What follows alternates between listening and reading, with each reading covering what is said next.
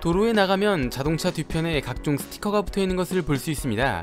어이없게도 초보자임을 이용해 협박을 하는 문구도 있지만 운전을 잘 못하니 양해해달라는 의미를 가진 초보 운전 스티커부터 시작해서 아이가 타고 있어요 라든지 임산부가 타고 있어요 라든지 위급시 아이 먼저 구해달라는 문구나 아이의 혈액형 혹은 가족 전체 혈액형처럼 각종 정보를 써놓는 경우도 있습니다.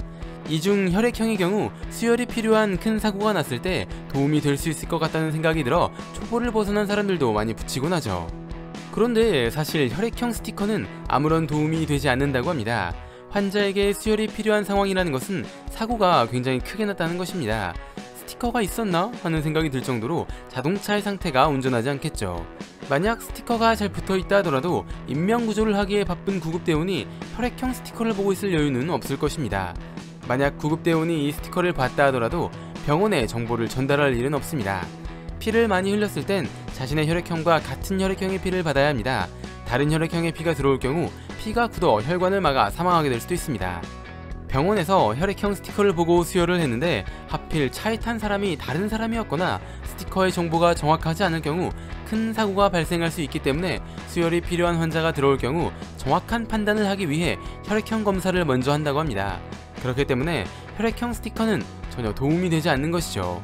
오히려 스티커가 시야를 가려 사고가 날 가능성이 있습니다. 하지만 초보 운전 스티커의 경우 도움이 된다는 이야기도 있습니다. 미국 뉴저지에서는 2010년에 21세 미만의 사람이 면허를 따면 1년 동안 초보 운전 스티커를 붙이도록 하는 법을 만들었습니다. 그 결과 법 시행 첫 2년 동안은 충돌 사고가 9.5% 감소했다고 합니다. 일본과 호주에서도 면허를 따면 1년 동안 초보운전 스티커를 의무적으로 붙여야 합니다. 우리나라 역시 초보운전 스티커를 의무적으로 붙여야 했지만 오히려 초보자들이 위협당한다는 이유로 1999년에 법이 삭제되어 지금처럼 자유롭게 붙이는 식으로 변화했습니다. 뇌를 채워줄 은덩어리 지식들, 오늘의 은잡지 영상은 여기까지입니다. 시청해주셔서 감사합니다.